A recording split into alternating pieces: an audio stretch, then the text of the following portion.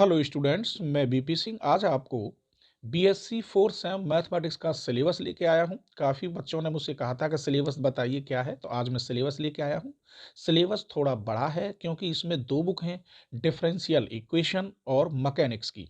ये कम से कम इसके दो पेपर अलग अलग होते तो भी काफ़ी हैवी होते और अब के एक ही पेपर है, इसलिए बहुत टफ पड़ जाएगा।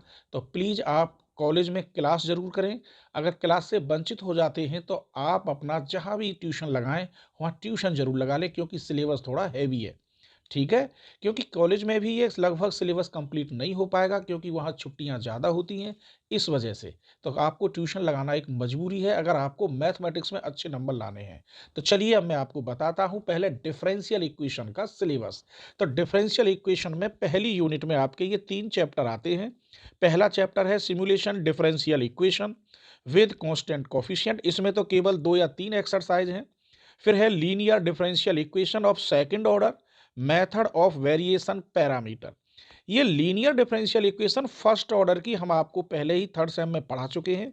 अब ये सेकंड ऑर्डर में आएगी। ये थोड़ा सा बड़ा टॉपिक है, इसमें 6-7 एक्सरसाइज है, अर्थात 6-7 चैप्टर समझ लीजिए या एक्सरसाइज काफ़ी बड़े हैं। फिर इसके बाद आता है इसी में series solution of differential equation. इसमें पावर सीरीज मेथड भी है। इस प्रकार ये पूरी एक ही यूनिट कम से कम कहीं भी आप कोचिंग करेंगे तो 15 से 20 दिन लेगी एक यूनिट ये वाली, क्योंकि इसमें सारे टॉपिक बड़े बड़े हैं। आइए अब हम आपको लेके चलते हैं सेकंड यूनिट पर। ये पहले एक किताब हुआ करती थी जिसका नाम था स्पेशल फंक्शन। अब ये डिफरेंशियल इक्वेशन में आ गई है, जिसका नाम है, पहला चैप्टर है लीजेंडर इक्वेशन और दूसरा बेसल्स इक्वेशन। ये भी लगभग 8 से 10 एक्सरसाइज है, 15 दिन कम से कम लेगी ये यूनिट भी।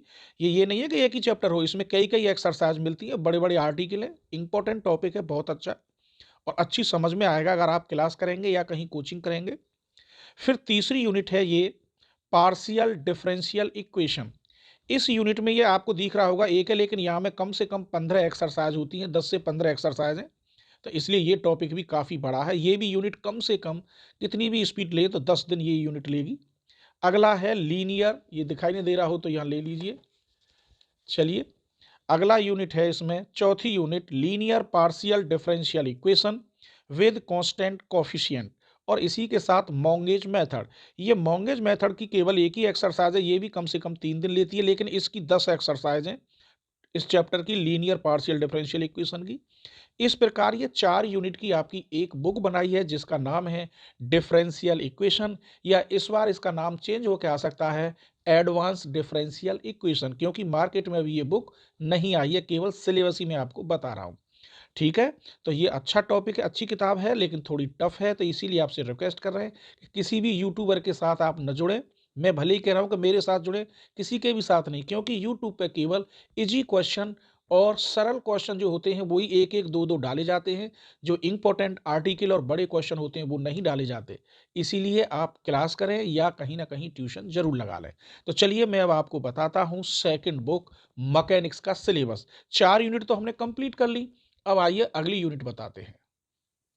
चलिए तो मैकेनिक्स में देखिए, अब फिफ्थ यूनिट, यहाँ भी फिफ्थ यूनिट ही पढ़ रहा है। तो फिफ्थ यूनिट में टॉपिक है force in 3 dimension, points central axis, wrench, null line and null plane.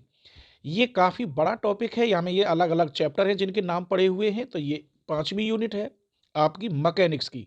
अब छठी यूनिट में आपका आता है ये common catenary, centre of gravity, stable and unstable equilibrium और वर्चुअल वर्क। ये आपकी छठी में, ये चैप्टर कम से कम पूरे अगर टॉपिक कराए जाएं तो 25 दिन लेंगे, क्योंकि यहाँ में कॉमन कैटेनरी और सेंटर ऑफ ग्रेविटी यही दो टॉपिक कम से कम 20 दिन ले लेते हैं। तो ये बड़े बड़े टॉपिक है, ये मत समझना कि खाली एक ही टॉपिक होगा, ये काफ़ी टॉपिक हैं।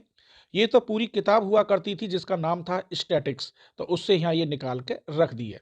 तो चलिए अब हम आपको बताते हैं एट्थ, आठवीं यूनिट ये है। इसमें है motion on a smooth and rough plane curves, rocket motion, central orbit and Kepler's law, motion of a particle in 3 dimension. तो ये एक चैप्टर तो ये है, एक चैप्टर ये है, एक चैप्टर सेंट्रल ऑर्बिट का है, एक चैप्टर केपलर्स लॉ का है और एक चैप्टर। तो 1 2 3 4 5 चैप्टर इस यूनिट में है। हर यूनिट आपकी बहुत बड़ी-बड़ी है, आपका थोड़ा सिलेबस भयंकर इसलिए है क्योंकि ये एक ही पेपर है। अगर ये 2 पेपर अलग-अलग बन जाते, डिफरेंशियल इक्वेशन का और मैकेनिक्स का अलग-अलग, तो फिर इतनी कोई परेशानी नहीं होती क्योंकि फिर आप 2-2 डेढ़-डेढ़ महीने में दोनों पेपर कवर कर लेते। अब आपको लगभग ये साढ़े 3 या 3 महीने से पहले होगा ही नहीं पूरा सिलेबस और एक साथ ही पेपर देना है। और हाँ, अब के पेपर आपके सब्जेक्टिव आएँगे, जिस बार 3rd सेमेस्टर का इन्होंने ऑब्जेक्टिव बताया था यूनिवर्सिटी ने, उसी तारीख को, उसी दिन, उसी पेपर में ही ये कहा था कि 4th सेमेस्टर और 2nd सेमेस्टर के पेपर सब्जेक्टिव आएँगे, ठीक है? और पैटर्न भी मैं बता दूँगा यूजीसी का कि किस आधार पे आपके पेपर आएँगे। सेक्शन 3 होंगे, ए सेक्शन, बी सेक्शन और सी सेक्शन। ए सेक्शन में आपको शॉर्ट क्वेश्चन आएँगे लगभग 10 क्वेश्चन, 1-1 नंबर के। बी सेक्शन में आपको 5 क्वेश्चन करने होंगे, उसमें 7 या 8 आते हैं, जो 2-2 नंबर के होते हैं और सी सेक्शन में 5 क्वेश्चन आते हैं, जिनमें से आपको 15-15 नंबर के हैं, जो 3 क्वेश्चन करने होते हैं। तो इस प्रकार ये पुराना सिलेबस मैं बता रहा हूँ, उसी आधार पे अब आपका सिलेबस आएगा। तो चलिए यूनिट 3 हमने आपको बता दी, अब एक बार 8वीं बता दी, आइए अब 7वीं यूनिट और रह गई, ये रही ऊपर, ये 7वीं यूनिट है। Velocity and acceleration along radial and transverse direction, यही आपका काफी बड़ा टॉपिक है। दूसरा इसमें चैप्टर है along tangential and normal direction. तीसरा चैप्टर है इसी में सिंपल हार्मोनिक मोशन। चौथा चैप्टर है इसी में motion under others law of force, earth attraction और एलास्टिक स्ट्रिंग। तो इस प्रकार 8 यूनिटें आपकी, 4 यूनिट आपकी हैं डिफरेंशियल इक्वेशन की और 4 यूनिट हैं आपकी मैकेनिक्स की। तो इस प्रकार मैंने आपको ये पूरा सिलेबस बताया है, आपको मेहनत करनी है अच्छी तरीक़ा से। अभी से आप पूरी मेहनत करना शुरू कर दो क्योंकि पेपर आपका अप्रैल के लास्ट वीक या मई के फर्स्ट वीक में इसका हो जाएगा। क्योंकि 3 साढ़े 3 महीने ही देंगे आपको ये पढ़ने के लिए, तुरंत पेपर हो जाएगा, जून में आपका रिजल्ट आउट हो जाएगा। ठीक है? तो ये सिलेबस था जो मैंने आपको बता दिया। अब आप बुक किसी भी राइटर की जहाँ-जहाँ आप पढ़ते हैं, जो आपके कॉलेज में पढ़ाते हैं या जहाँ भी आप कोचिंग करें उसके अकॉर्डिंग बुक खरीद लें। अभी बुक आई नहीं है, लगभग 12-14 तारीख या 15 तारीख तक हमारे यहाँ बुक आएगी। ठीक है?